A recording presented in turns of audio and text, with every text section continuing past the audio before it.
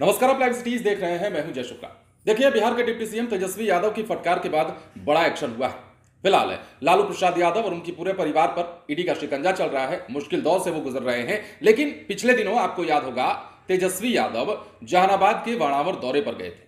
इस दौरान उन्होंने सिंचाई परियोजना में 1,32,20,000 के गबन मामले में अधिकारियों को जब फटकार लगाई है, तो आप समझिए 1 साल से दबा हुआ मामला था और उस मामले में अब जाकर कार्रवाई हुई है और सिंचाई परियोजना में जो 1,32,20,000 रुपए के गबन मामले का मुख्य आरोपी है, उसे गिरफ्तार किया गया है। बड़ी कार्रवाई हुई है। तेजस्वी यादव जब वाणावर दौरे पर गए थे जहानाबाद के, तो उन्होंने जब उनके संज्ञान में यह मामला आया तो उन्होंने अधिकारियों को फटकार लगाई। आपको यह पहले जान लेना चाहिए कि यह मामला जो है, कहा जा रहा है कि सालों से, 1 साल से, लगभग 1 साल से फाइलों में दबा हुआ था और इस पर कोई भी एक्शन नहीं हो रहा था। मतलब शिथिलता बरती जा रही थी, कर देंगे, हो जाएगा, ये वाली बात चल रही होगी। लेकिन जब तेजस्वी यादव ने एक्शन लिया, तब बड़े मामले का खुलासा भी हुआ है और गिरफ्तारी भी हो गई है। 1,32,20,000 के गबन मामले में सिंचाई परियोजना से जुड़ा यह मामला है। और फिलहाल देखिए, इस मामले में अपडेट यह है, जहानाबाद उदेरा स्थान सिंचाई परियोजना में 1,32,20,000 रुपए के गबन मामले में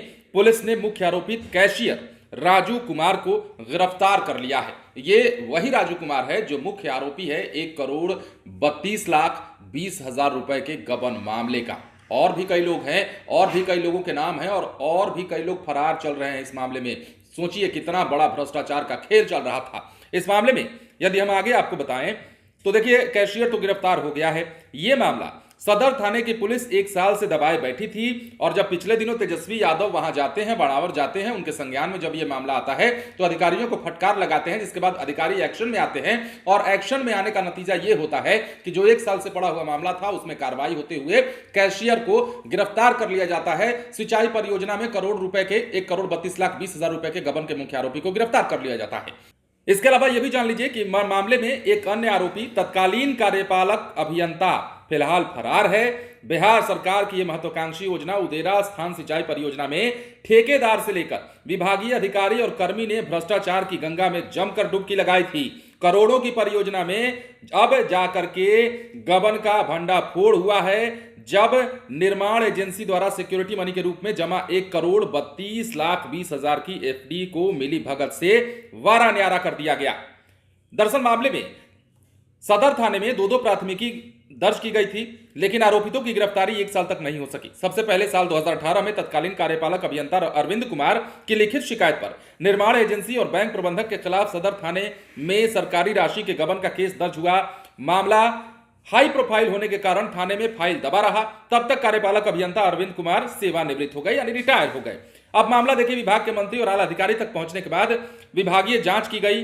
जांच में तत्कालीन कार्यपालक जो अभियंता हैं अरविंद कुमार और रोकड़पाल राजू कुमार समेत कई लोग दोषी पाए गए। विभाग ने वर्तमान कार्यपालक अभियंता को तत्कालीन कार्यपालक अभियंता और रोकड़पाल राजू कुमार समेत अन्य के खिलाफ केस दर्ज करने का निर्देश दिया।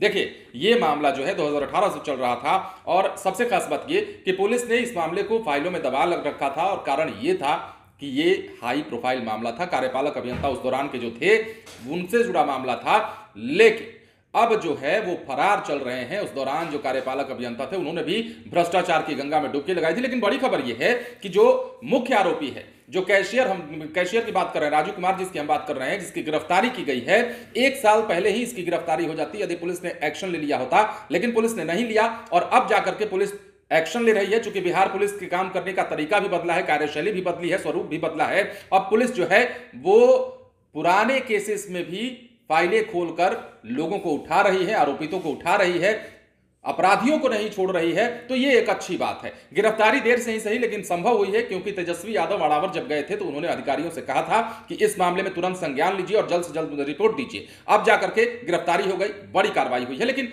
सवाल यह है कि बिहार में ऐसे कितने भ्रष्टाचारी हैं, और सवाल यह भी है कि ऐसे भ्रष्टाचारियों पर और भी कितने भ्रष्टाचारियों पर कार्रवाई कब तक हो जाएगी, क्योंकि भ्रष्टाचारियों की फहरिस्त काफी लंबी है और एक के बाद एक खुलासे, और जब कार्रवाई हो रही है तो बड़े बड़े मामले सामने आ रहे हैं। बने रहे लाइव सिटीज के साथ। यदि अब तक आपने हमारे चैनल को सब्सक्राइब नहीं किया है तो सब्सक्राइब कर लीजिए, ताकि हम आपको खबरों से अपडेट रख सकें। धन्यवाद।